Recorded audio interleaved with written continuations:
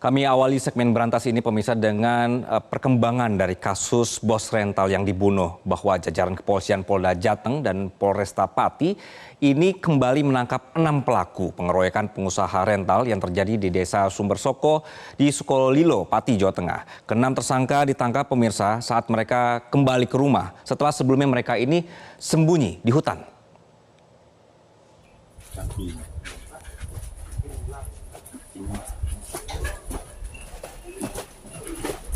Keenam tersangka yang berinisial M, S, kemudian AK, lalu ada SA, SUN, dan NS.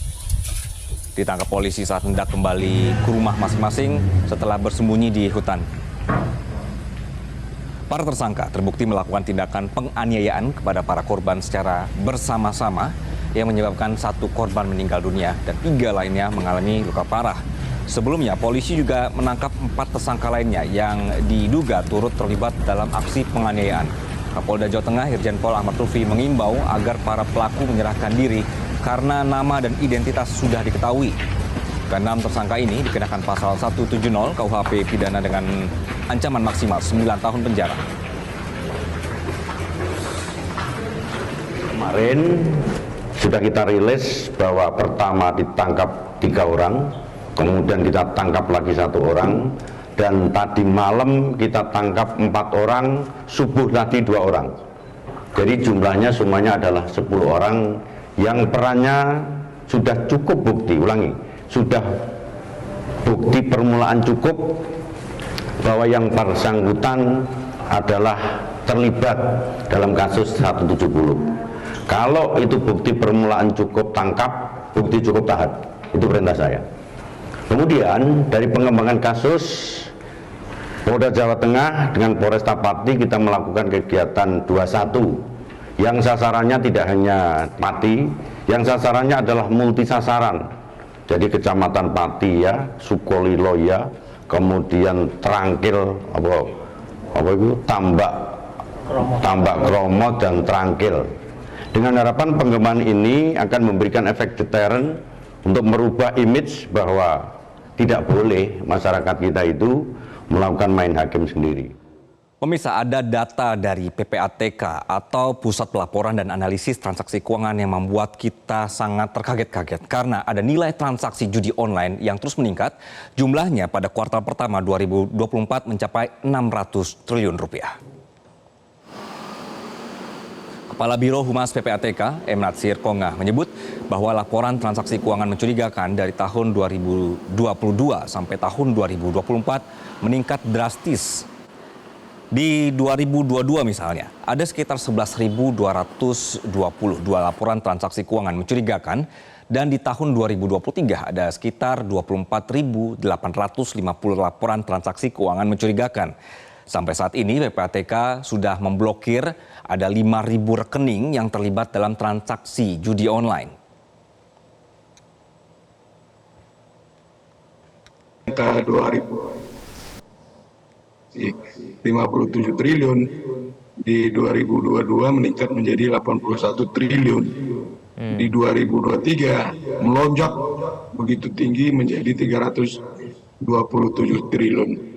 Nah, akumulasi dari beberapa tahun terakhir ini sampai kuartal pertama di tahun 2024 itu sudah ada 600 triliun, Mas Egan. Jadi ini suatu angka yang besar dan juga sangat merisaukan ya. Dan dari sisi profesi itu banyak ibu rumah tangga ya, pelajar, mahasiswa, bahkan anak-anak SD, SMP itu juga ikut bermain ya.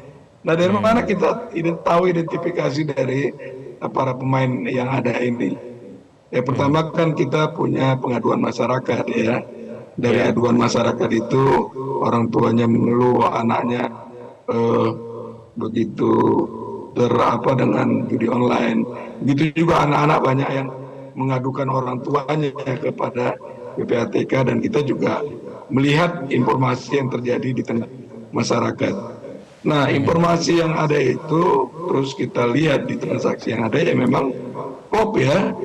Artinya dari pengaduan yang ada, suasana yang terjadi dengan masyarakat, yaitu kelihatan anak-anak ikut bermain judi, ibu-ibu rumah tangga, dan dari mereka itu kebanyakan bertransaksi di bawah 100.000. Nah ini cukup membuat kita agak ini ya, di mana rata-rata mereka masyarakat yang bermain judi online ini penghasilan rendah. Oleh karena itu, memang tidak salah jika ada yang menyebutkan bahwa kita sedang darurat judi online, pemirsa. Tidak hanya kelompok masyarakat sipil, sejumlah oknum dari unsur ASN, TNI, dan Polri diduga terlibat dalam aktivitas judi online. Hal ini ditemukan dari hasil analisis dari PPATK.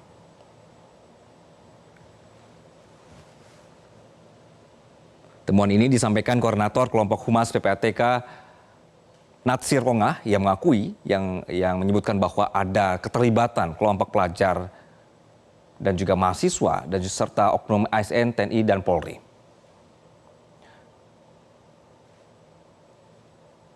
Menanggapi temuan ini, Wakil Ketua Harian Pencegahan Satgas Pemberantasan Judi Online Usman Kansong mengatakan perlunya untuk menempatkan petugas pengamanan dan juga polisi militer ini sebagai bentuk integrasi upaya bersama memberantas ancaman judi yang sudah menyasar di semua unsur kategori sosial dan juga profesi.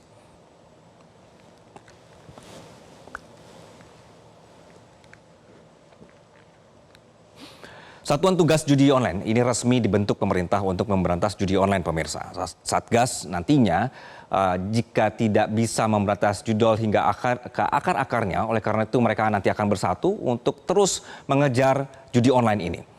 Hal ini disampaikan pengamat kebijakan publik Trubus Rahadiansyah yang menyampaikan Satgas yang diketuai oleh Menko Polhukam Hadi Cahyanto tidak akan efektif kalau tidak menyentuh bandarnya dan hanya menyasar pemain saja.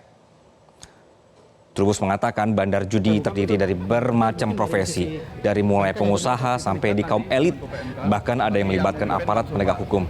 Ia juga menekankan aparat penegak hukum harus segera menangkap bandar judi online dimanapun berada, termasuk yang berada di luar negeri dan harus dibawa ke tanah air, misalnya seperti koruptor. Bandar judi juga harus dimiskinkan hingga keluarganya. Pelanggaran atau penegakan hukum daripada penanganan pasca kejadian. Pemirsa, ada informasi lainnya bahwa seorang ayah dan 2 orang anaknya ditangkap Satuan Reserse Narkoba Polres Batubara, Sumatera Utara karena mereka ini bersekongkol mengedarkan narkoba jenis sabu.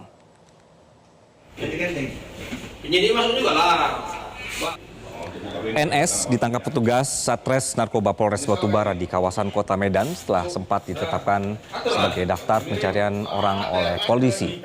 Sebelumnya polisi juga menangkap 2 orang anak NS di sebuah rumah kontrakan di Desa Mangkai Baru, Kecamatan 50 Batubara karena kedapatan mengedarkan sabu. Dari hasil pemeriksaan, kedua anak NS ini mengaku mendapatkan sabu dari sang ayah untuk diedarkan di wilayah Batubara dan juga Simalungun. Kapolres Batubara AKBP Taufik Hidayat Taib mengatakan modus yang digunakan para tersangka adalah dengan mengontrak rumah, kemudian rumahnya dijadikan tempat transaksi narkoba. Lalu tersangka NS menjadi pemasok sabu dan memberikan keuntungan hasil penjualan kepada kedua anaknya tersebut.